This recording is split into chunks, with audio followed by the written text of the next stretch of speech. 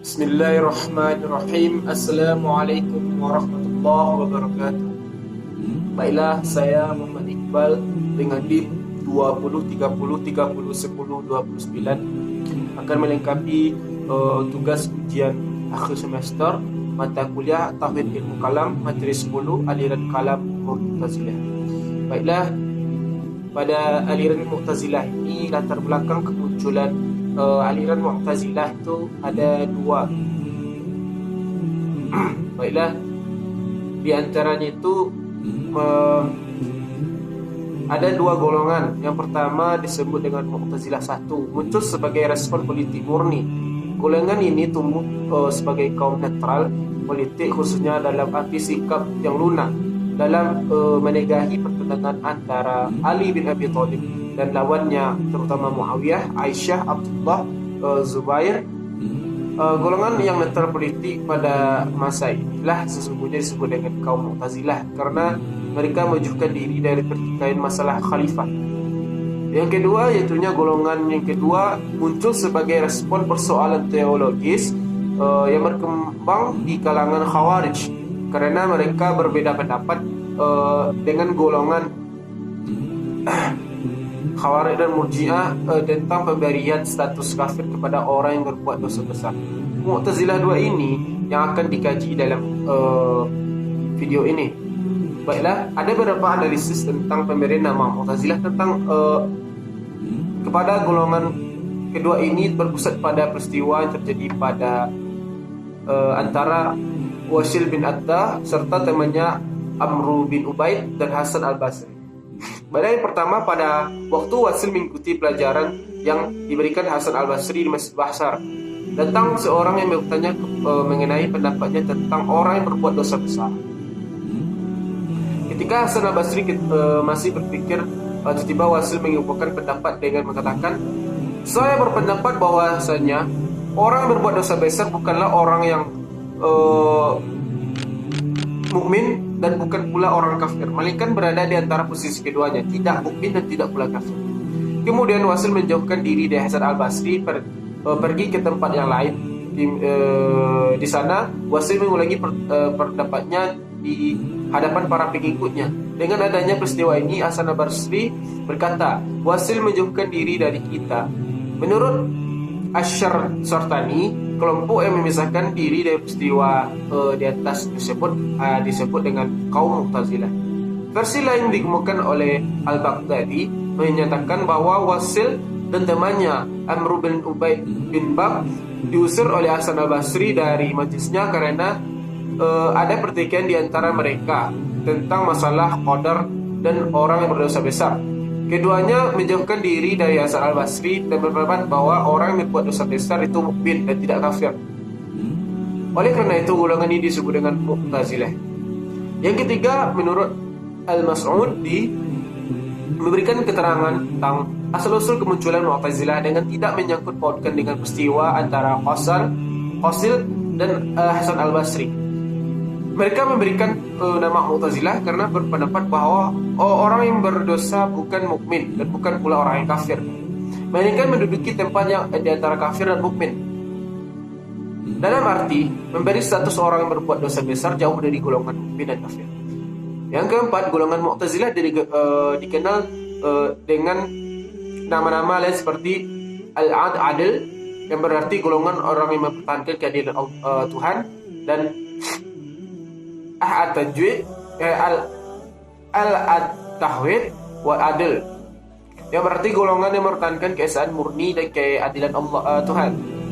Adapun lawan Mu'tazilah memberi nama golongan ini dengan Al-Qadariyah, dengan alasan mereka menganut paham free will and free edge, yaitu bahwa manusia itu bebas berkehendak dan bebas berbuat. Menanamkan juga Al-Mu'taziliyah karena golongan Mu'tazilah berpendapat bahwa Tuhan tidak mempunyai sifat. Dalam arti sifat mempunyai wujud di luar zat Tuhan. Menanamkan juga Wadiyah karena mereka berpendapat bahwa ancaman Tuhan itu pasti akan menimpa orang-orang yang tidak taat kepada hukum Tuhan. Baiklah, Asal-usul Al-Khamsah, 5 ajaran dari teologi Mu'tazilah. Yang pertama At-Tauhid.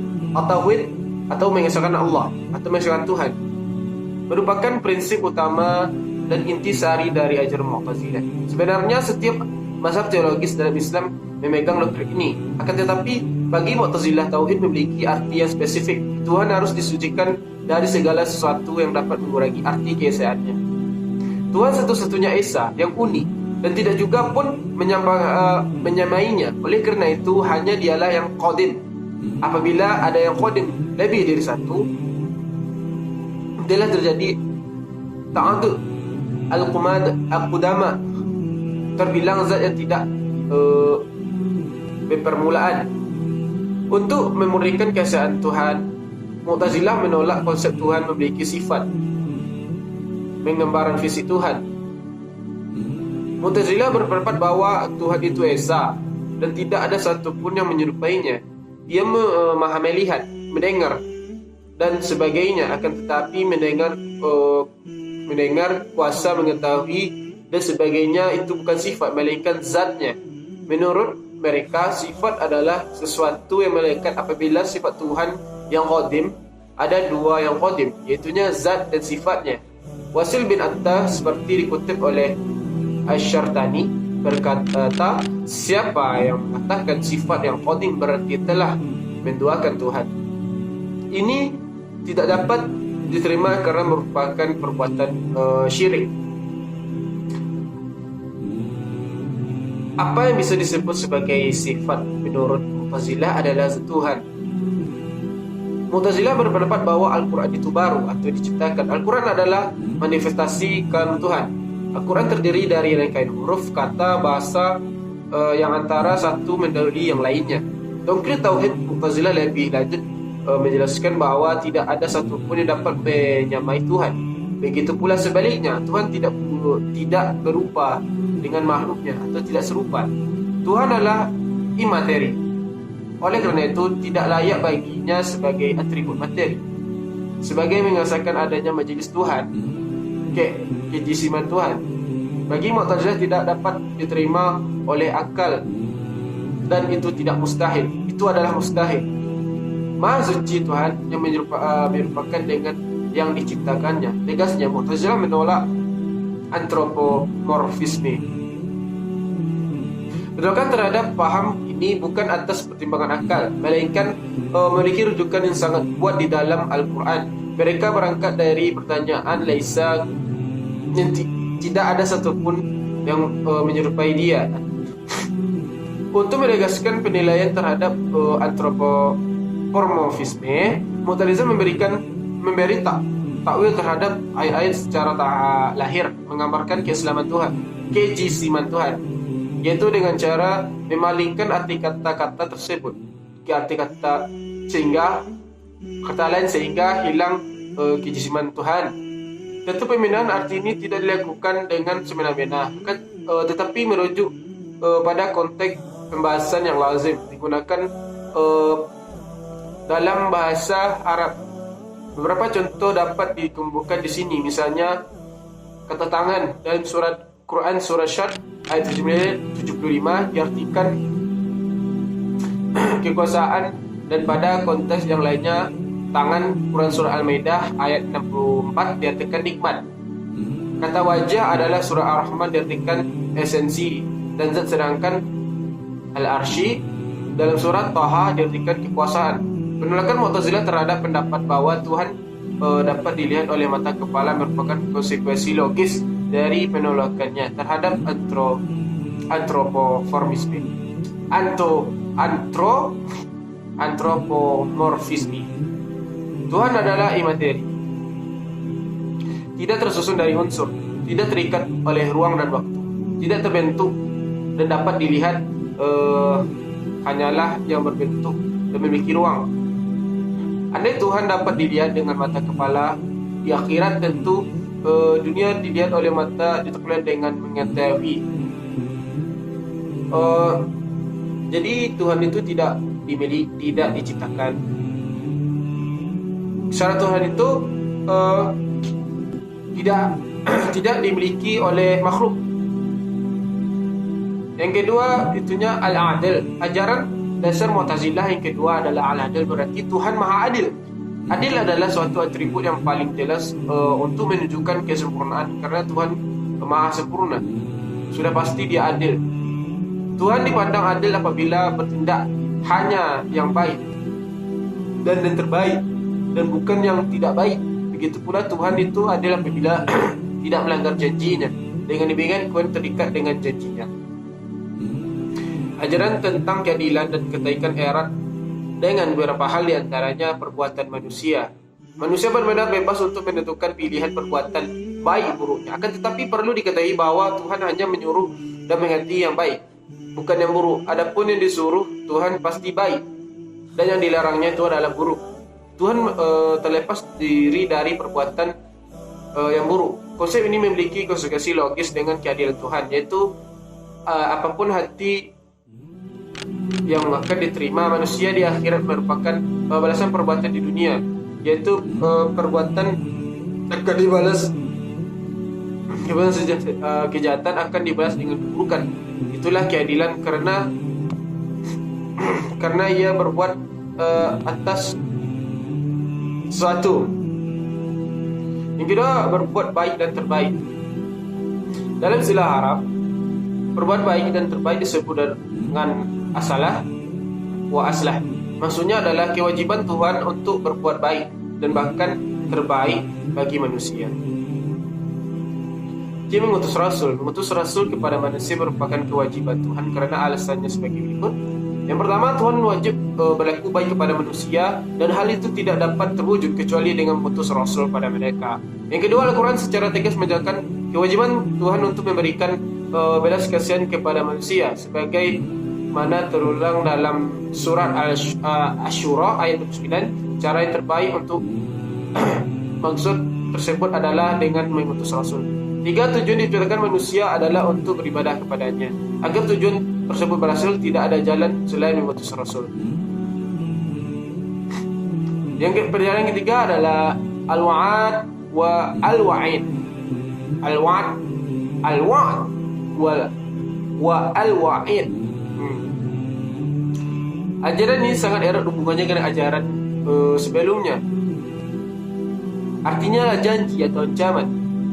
Tuhan yang Maha Adil dan Maha Bijaksana, demikian kata Mu'tazilah, tidak akan melanggar janjinya. Perbuatan Tuhan terikat dan dibatasi oleh janjinya. Janji Tuhan untuk memberi paham masuk surga bagi yang berbuat baik dan mencapai dengan siksa neraka atas seorang yang durhaka pasti terjadi. Begitupun pula janji Tuhan untuk memberikan pengampunan kepada orang yang bertaubat dan benar-benar bertaubat atas segala dosanya. Memberikan pahala bagi orang yang berbuat baik dan dosa bagi orang yang durhaka yang tidak dapat ditawar-tawar lagi oleh Tuhan karena sudah dijanjikan. Ini sebuah dengan prinsip keadilan. Jelasnya siapapun yang berbuat baik akan dibalas dengan kebaikan, dan siapapun pula yang berbuat dengan keburukan maka dia akan dibalas dengan keburukan pula.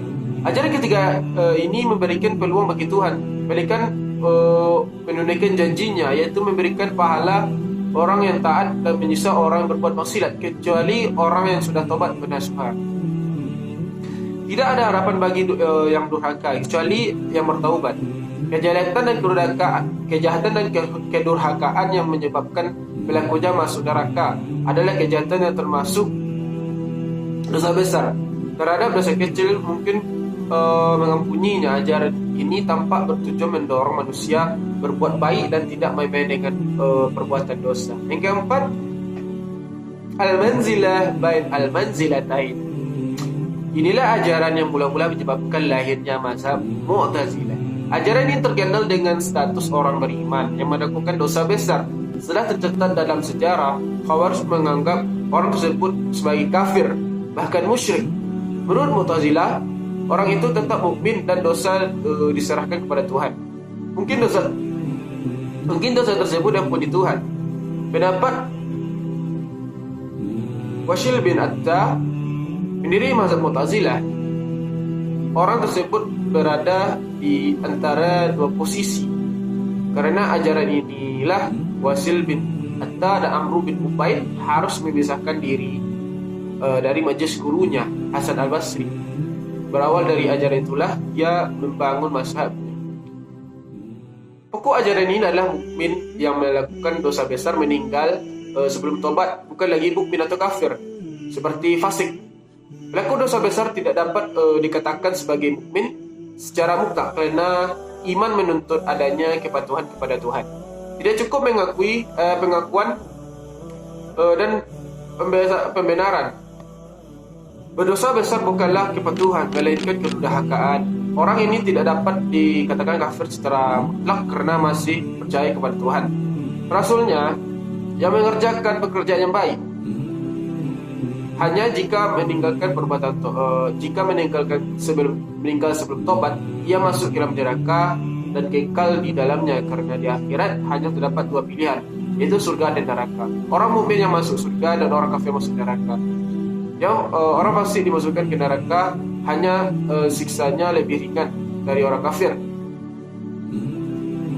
Mengapa dia masukkan ke surga dengan kekal lebih rendah dari mukmin sejati? Tampaknya Mu'tazilah ingin mendorong agar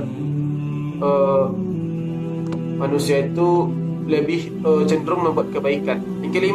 Yang kelima ini adalah sifat amar ma'ruf nahi munkar. Ajaran dasar yang kelima adalah menyuruh ke kebajikan dan melarang kemungkaran. Ajaran yang mendekatkan keberpihakan pada kebenaran. Ini merupakan konsekuensi dari keimanan seorang. Pengakuan keimanan harus dibuktikan dengan perbuatan baik, di antaranya dengan menyuruh orang berbuat baik dan mencegah kejahatan. Ada beberapa syarat yang harus dipenuhi seorang mukmin dalam beramar ma'ruf nahi munkar, seperti yang dijelaskan oleh seorang tokoh. Abdul Ajabbar mengatakan bahwa ia mengetahui perbuatan yang disuruh itu ma'ruf, yang dilarang itu munkar. Ia mengetahui bahwa kemungkaran telah dilakukan seorang. Ia mengetahui bahwa perbuatan amar ma'ruf nahi munkar tidak akan membawa mudarat yang lebih besar. Ia mengetahui atau paling tidak menduga bahwa tindakannya tidak akan membahayakan diri dan hartanya. Amar ma'ruf nahi munkar bukan monopolis konsep Mu'tazilah. Pasal tersebut sering digunakan di dalam Al-Quran. Arti kasar al-ma'ruf adalah yang telah diakui dan diterima oleh masyarakat karena mengandung kebaikan dan kebenaran. Lebih spesifik lagi, ma'ruf adalah diterima yang diakui oleh Allah. Adapun al-munkar adalah sebaliknya, yaitu sesuatu yang tidak dikenal, tidak terima atau buruk. Frase tersebut berarti seruan yang membuat sesuatu yang muncul dari dan sesuai dengan keyakinan yang sebenar-benarnya, serta menahan diri dengan mencegah timbulnya perbuatan yang bertentangan dengan norma Tuhan. Perbedaan mazhab Mu'tazilah dengan mazhab yang lain mengenai ajaran kelima ini terletak pada tataan pelaksanaannya. Menurut Mu'tazilah, jika memegang keperlukan, kekerasan dapat ditempuh dengan mewujudkan ajaran tersebut. Lalu sejarah telah mencatat kekerasan yang pernah dilakukan ketika menjalankan agama. Baiklah, itu sedikit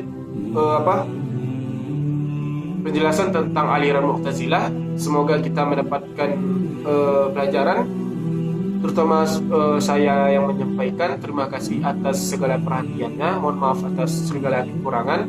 Wabillahi taufiq wal hidayah. Wassalamualaikum warahmatullahi wabarakatuh.